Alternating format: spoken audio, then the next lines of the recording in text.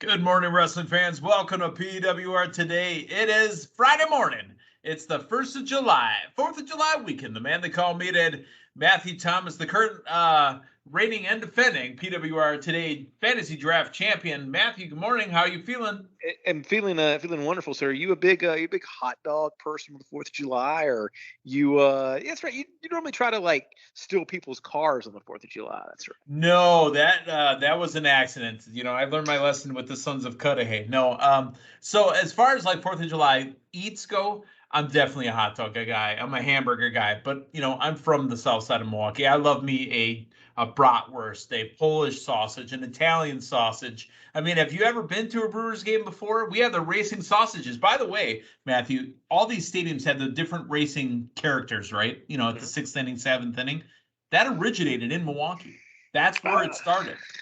I can see that, and I mean, I think sausages are good to have race against each other. A completely different subject. Did you know that I need to check and see if I can get some?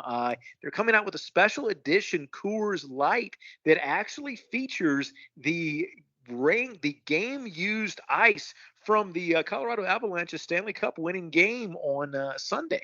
Yep, they shaved up the ice. So if you want to drink the same ice that various players have sweated on and excreted various things upon, you can have that at a liquor store near you in the Denver, Colorado area. Good luck with all that. We're all counting on you. Right back to the sausage talk. Matthew, I want you to Google this when you have time. Folks that are listening, I want you to Google this as well. I talk about the racing sausages. We did have an issue once. The Brewers playing the Pirates this weekend. We did have an issue once where there was a Pittsburgh Pirate. As the sausages were making their way from third around first, came out, whacked our wiener, knocked him over, and hit him in the head with a baseball bat. Oh, my goodness. I remember literally, T-shirts going out saying, "Don't whack my wiener." Oh my god, that sounds awful. Right? Yeah, go back and Google that or YouTube it.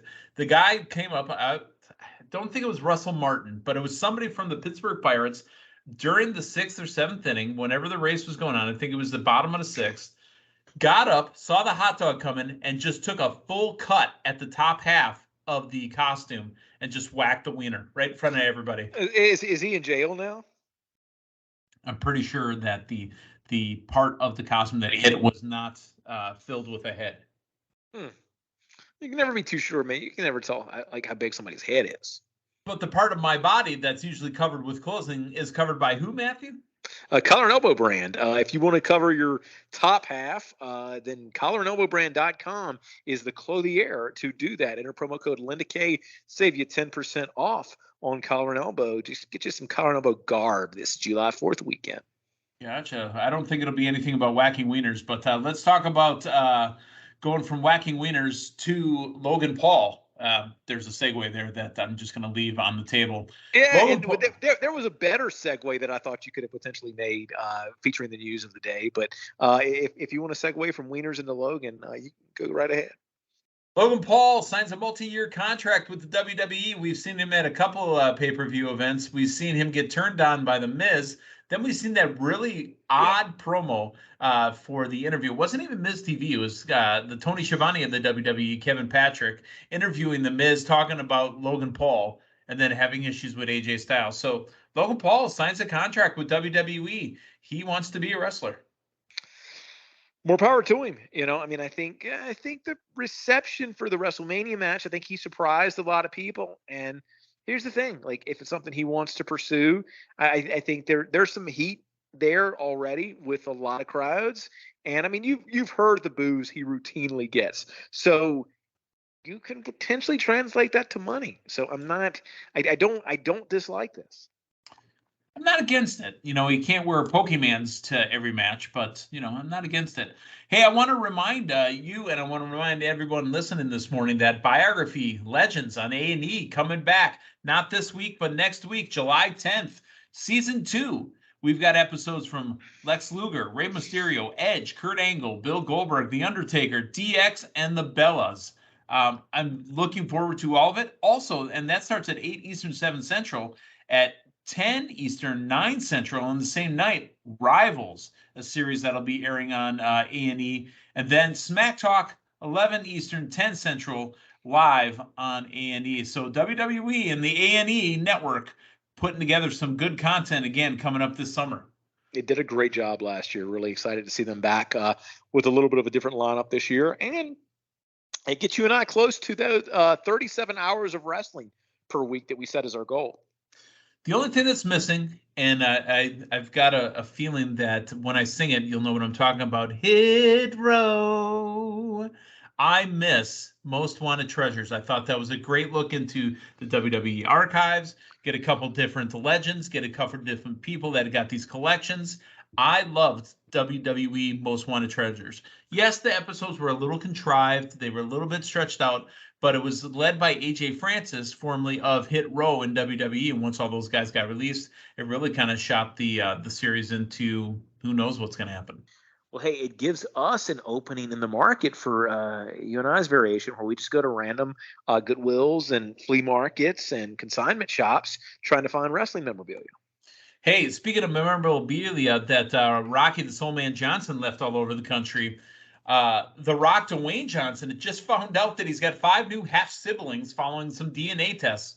Soul Man Rocky Johnson apparently was leaving his memorabilia all over the country when he was touring back in his wrestling days, and The Rock just found out he's got 5 new half-brothers and/or sisters. So you saved it. That not a bad transition there. I thought the easy transition was the whole wiener whacking into this story, and I also thought it would have been a very reasonable transition when you were talking about Logan Paul and Pokemon. You could transition as well too. But hey, memorabilia that works as well too. Yeah, Rock's got him some brothers and sisters. The line that I enjoyed the most was from, I believe, let's see, it was Adrian Bowles. All of the children of Rocky Johnson made it clear that they have no qualms with their half-brother. Quote from Adrian, Dwayne has nothing to do with the decisions that his dad made, unquote, said Adrian Bowles. He doesn't even know who we are. Another child of Johnson, Lisa Purvis, has said Dwayne owes us nothing. I like that. Maybe Rock reaches out one day and says, hello, how are you doing? Maybe they meet up for a meal or something. Maybe they meet in the basement with Forrest Whitaker, when things are going bad. You know what I'm talking about. No, I don't get that reference at all. Did you not watch Young Rock season 2? Oh no, I've watched a couple episodes. I need to catch back up on it, so I don't get that. I don't get that reference. But if they want to meet in the basement, I imagine they can. Rock's probably got a nice basement in his home. Fair enough. Let's talk about going from the basement to the top of the ladder for Money in the Bank this weekend. Matthew, we got a big show tomorrow night. It is Money in the Bank. There's a men's and women's match. We've also got matches between Bianca Belair and Carmella, Ronda Rousey and Natalya. So both of the women's belts will be defended. The undisputed WWE Tag Team Champions, the Usos, take on the Street Profits, and U.S. Champion Theory versus Bobby Lashley. Let's break down the matches. First off, on the Raw side, the women's, Bianca Belair and Carmella. The build to this has been wonky at best because it should have been Rhea Ripley in that spot. However, you can't hold this against Carmella. Carmella was thrown into it. Hey, do you mind taking this match? We need you to take this place of Rhea. That's fine. I have a hard time with how much. See, here's the thing. I want it to sound right, and I don't want it to sound like I'm being negative here. Bianca Belair is an amazing talent. I don't know that her promo work matches her talent. I think her in-ring talent is so far over her ring promo talent. When she's out there, during all these women's qualifying matches, and when she's out there against all these other qualifying matches to get to her, they don't let her talk in commentary. Yeah. But they had to put her on the mic this last Monday night, and it was abysmal. Yeah. So here's the thing. You're right. I don't think the promo and mic work matches the in-ring ability, the in-ring talent, and I don't think the character. We've talked about this a bunch on here. I don't know. I don't know what the character is supposed to be. That Bianca Belair character does not come across as extremely likable. And I would even say, even the way Carmella has been positioned these last few weeks, there's a little bit of me watching this saying, you know what, I can almost, if I'm just an average person watching this, Carmella might be coming across a little more likable than Bianca Belair. I mean, her thing is to come out there every single week and tell you how she is the best at everything she does. That's a heel character right there. I'm sorry. They have just doubled down on this EST thing, and they have ran it. They've run it dry. and there's really no evolution, beyond that. I thought we had a little bit with her and Becky when Becky attempted to cut the braid, and I say to this day, if you ever, that is such a money storyline. If somebody can cut it, I mean, that is a great wrestling angle. Now, she very much not want to, but yeah, I just, man, and especially, here's the thing. I think the character, it's tough anyway, but when you position her as champion, you don't even have that story to tell of this person who is trying to overcome and is chasing that title. Once you get that title in Bianca Belair, there is just really nothing that pulls me in as a viewer to root for this person. I had always complained that the EST didn't mean anything to me because she wasn't the winningest. She wasn't, match provingest. She won the belt. Okay. So I understand that now. Right now, she's the winningest. She's the fastest, the strongest, all that other stuff. But I just have no investment in it. Pick a winner, Matthew. Bianca. It's been so rushed with Carmella. I don't see Carmella taking the title here. No, it's not going to happen. Let's go to the other side on the SmackDown. Ronda Rousey and Natalya. I thought Natalya also was thrown in, but you know what? I don't care that she was thrown in. When you talk about Natalya, I'm not going to call her the BOAT. That's the manufactured name for her. But Natalya is one of the best of all time. She's part of the last final class of the dungeon. Yeah. No, absolutely. And it will never surprise you, Natalya winning a match or winning a title. I just don't think it's happening here. I think this run for Rousey is going to last for a little while. So I see Ronda retaining. Same. So we're on the same page here. Let's stick with the women and let's talk Money in the Bank. The field is full. There are 7 competitors. We've got Alexa Bliss, Liv Morgan, Lacey Evans, Asuka, Shotzi Blackheart, otherwise known as just Shotzi, not Shotskis, Raquel Rodriguez, and just qualifying this last Monday, Becky Lynch. Talk to me. I think this was figured out when you had your very first qualifying match. I think this match, you got to look at it. You got to look at who can really use the briefcase to help establish them, to help establish a talent. And I think the clear answer here is Lacey Evans. I think Lacey Evans is walking away with that briefcase. Yep. Wow. Lacey Evans. Matthew, that would be a great win for Lacey Evans. However, I think the story has also been told to us the whole time, from not knowing how to win, from getting frustrated, from giving her briefcase to Asuka, losing her belt and coming back. It's Becky Lynch. Well, you know what? I can see that happening too. And regardless, either one, they are both members of Team Nelson Mandela. So I think Team Nelson Mandela is walking away with the briefcase. Wait, you got Lacey Evans? Oh, yeah. Yes, you do. You have Lacey Evans. Look at you. And this when I made my little draft. This was what I had. In mind. Oh, of course it is. Yeah, because you knew Lacey Evans was coming back in April. Oh, absolutely. No, you didn't. Asuka won it 2 years ago. I don't think it's Asuka. I think that Raquel is going to have a really great showing in here. And I think there'll be spots for Alexa, spots for Liv, and spots for Shotzi. But it's between Becky, Lacey, and possibly Alexa. Yeah. I think it's Becky.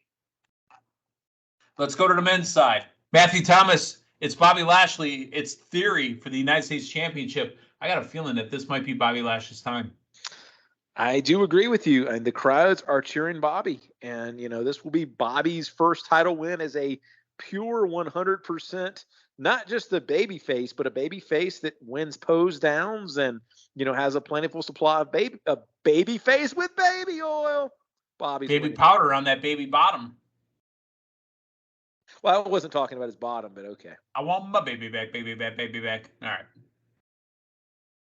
So you think it's Bobby Lashley, huh?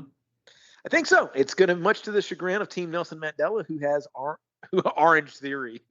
I was going to say, you got Orange Cassidy, right? Who has Austin Theory, but I think he might be dropping this title here. All right. Well, we're not playing Jane here, but I also think that this may be chance for Bobby Lashley to win the United States Championship. But I also see how they could keep it on him, and maybe there's a match with Cena at SummerSlam. Who knows? Maybe they're setting up the match for Cena at WrestleMania. I would not hate that. Let's talk to men's Money in the Bank ladder match. You've got Riddle, Rollins, McIntyre, Omos, Sheamus, Honorary, Uso, Sami Zayn, and possibly the winner. This match, I don't know if it's confirmed yet. It's either Elrod, Ezekiel, or Elias taking on Kevin Owens, and whoever wins that is supposed to go into the Money in the Bank. I don't know if it's happening tonight. Is it happening pre-show on tomorrow night? Who knows? So I think the winner of this match was actually the guy who just made his way into the match this past Monday. I think this is Riddle's match to win here. Now, you got to look at kind of where Riddle's at. I mean, the crowd loves him. The Orton being out, it's RK Bro, whatever they had planned there, it's not happening. I think you need that next thing for Riddle, and I think this is it. I think the winner could quite possibly be Mr. Seth Lynch. And yes, I did it that way. Mr. and Mrs. Money in the Bank. Becky on the women's, Seth on the men's. Even though I'd love to see Ezekiel, Elias, and Elrod all in the match at the same time. Fantastic. And, that would work out great for Team Nelson Mandela to have both the male and the female winner, and they're married, they're a happy family. They're a happy family. I've got them both, so I'm kind of in their family too. And, I'd be cool with that. Well, I will tell you, though, I have Ezekiel, Elias, and Elrod on the team they call Meatheads. So if one of those three win it, I actually get the Money in the Bank win points. Hey, so I think there was an error. You never specified this year during the draft, so you drafted Ezekiel Jackson, the last ECW champion. Good job. Yeah, that's probably not going to be the case either. Let's talk about the tag team championships. The Usos taking on the Street Profits. The Usos will lose it, at some point in the next 2 or 3 years. But do you think this is the time for the Street Profits to beat them? Not this time. I think they got to drop it, and they're going to drop it within the year. But I don't think this is where it happens. I don't see the Usos losing on this one either. I think the Usos losing is going to be a bigger event, even though. I don't know. I mean, honestly, the Usos have taken Roman's place because Roman's nowhere to be found. I don't know if you had mentioned this on air or off air before we got on, but Roman hasn't defended in that belt at a pay-per-view since WrestleMania, and he won't be defending until SummerSlam. So yeah, and here's the thing. I mean, it's not just Brock as the special attraction and you have another title. This is the one major title that they're pretty much setting up a precedent where it's just defended at the Big Four. Okay, well, Matthew, it is America's weekend. It's July 1st, 2022. Happy America Day, Matthew Thomas. What do you got planned for the weekend? You know what? I'm going to have to there's actually a place up by me, believe it or not. They're having a hot dog eating contest, Not anything you have to professionally enter, but just you can kind of walk up and see how many hot dogs you can eat. I don't know. You have to pay for all of them. I don't know. I didn't really look at it real close. Because if I'm hungry, I'll just tell them I'm in the contest and just grab a couple of hot dogs. Make sure you drink a lot of water so the hot dog slides down your gullet. Yeah, and we don't want to have any Field of Dreams instances there, where Moonlight Graham has got to cross over and turn into Doc Graham. We don't want any of that. So just be careful. Not at all. To be careful, don't get choked, and you don't see. Well, Matthew, you had that incident once where you choked on a wiener, right? A hot dog, I mean. Yeah, I think you got me confused with somebody else. You know what gets a bad rap though is hamburger eating contest, man. Why is everything always going to be a hot dog eating contest?